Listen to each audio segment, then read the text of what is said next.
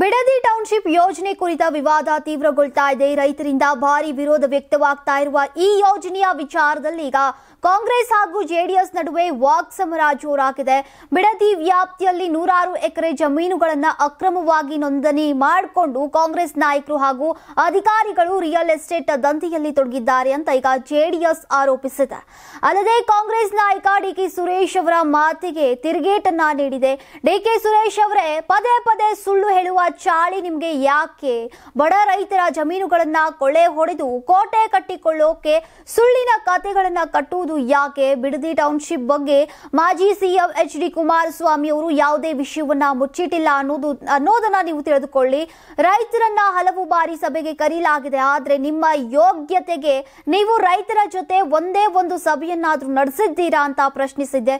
ಇನ್ನು ಅದೇ ಕುಮಾರಸ್ವಾಮಿ ಅವರು ಸಿಎಂ ಆಗಿದ್ದಾಗಲೇ ರೈತರನ್ನ 3 ರಿಂದ 4 ಸಲ ಕೃಷ್ಣಾ ಕಚೇರಿಗೆ ಕರೆಸಿ ಸಭೆಯನ್ನ ನಡೆಸಿದ್ರು ಅನ್ನೋದು ನಿಮಗೆ ಗೊತ್ತಾ? ಈ ಯೋಜನೆ ವಿರುದ್ಧ ನಿಮ್ಮದೇ ಕಾಂಗ್ರೆಸ್ ಪಕ್ಷದ ಎಚ್.ಕೆ. ಪಾಟೀಲ್, ವಿ.ಎಸ್. ಉಗ್ರಪ್ಪ ನೇತೃತ್ವದಲ್ಲಿ ಸಮಿತಿಯನ್ನ ರಚನೆ ಮಾಡಿದ್ರು.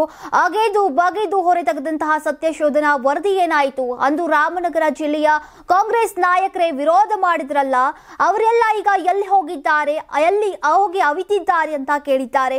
ಇನ್ನು ಟೌನ್ಶಿಪ್ ಬಗ್ಗೆ ಸುಳ್ಳಿನ ಮೇಲೆ ಸುಳ್ಳು ಕಥೆಗಳನ್ನ ಸೃಷ್ಟಿಸ್ತಾ ಇದ್ದೀರಿ. ಆದ್ರೆ ಜೆಡಿಎಸ್ ಸದಾ ಸತ್ಯದ ಪರ ನಿಂತಿದೆ, ರೈತರ ಪರ ನಿಂತಿದೆ. ನೀವು ಹೋಗ್ಬೇಕಿರೋದು ಈಗ ರೈತರ ಪರದ ಮಾರ್ಗದಲ್ಲಿ ಅಂತ ಈಗ ಜೆಡಿಎಸ್ ಸ್ಪಷ್ಟನೆ ನೀಡಿದೆ. ನಿಮ್ ಮಗು ಅಳ್ತಿದ್ಯಾ?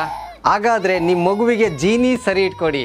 ಯಾಕಂದ್ರೆ ಜೀನಿ ಸರಿ ಇಟ್ಟು ನಿಮ್ಮ ಮಗುವಿಗೆ 100% ಸರಿಯಾದ ಆಹಾರ. ನಿಮ್ಮ ಮಗು ನೆಮ್ಮದಿಯಾಗಿ ನಿದ್ದೆ ಮಾಡಬೇಕಾ, ದಷ್ಟಪುಷ್ಟವಾಗಿ ಬೆಳಿಬೇಕಾ? ಹಾಗಾದ್ರೆ ಜೀನಿ ಸರಿ ಇಟ್ಟು ಕೊಡಿ. ಎಲ್ಲಾ ಮೆಡಿಕಲ್ ಶಾಪ್ಗಳು, ದಿನಸಿ ಅಂಗಡಿಗಳು, ಸೂಪರ್ ಮಾರ್ಕೆಟ್ಗಳಲ್ಲಿ ಲಭ್ಯ. ನಮ್ಮ ಕರ್ನಾಟಕ ರಾಜ್ಯದಲ್ಲಿ ಕಳೆದ ವರ್ಷದ ನೀಟ್ ಮತ್ತು ಐಐಟಿ ಜೆಇಇ ಪರೀಕ್ಷೆಯಲ್ಲಿ ಸಾವಿರಾರು ಉಚಿತ ಮೆಡಿಕಲ್ ಹಾಗೂ ಐಐಟಿ ಸೀಟ್ಗಳನ್ನು ನೀಡಿರುವ ನಮ್ಮ ಹೆಮ್ಮೆಯ ಎಕ್ಸೆಲ್ ಅಕಾಡೆಮಿಕ್ಸ್ ವಿದ್ಯಾಸಂಸ್ಥೆಯಾಗಿದೆ.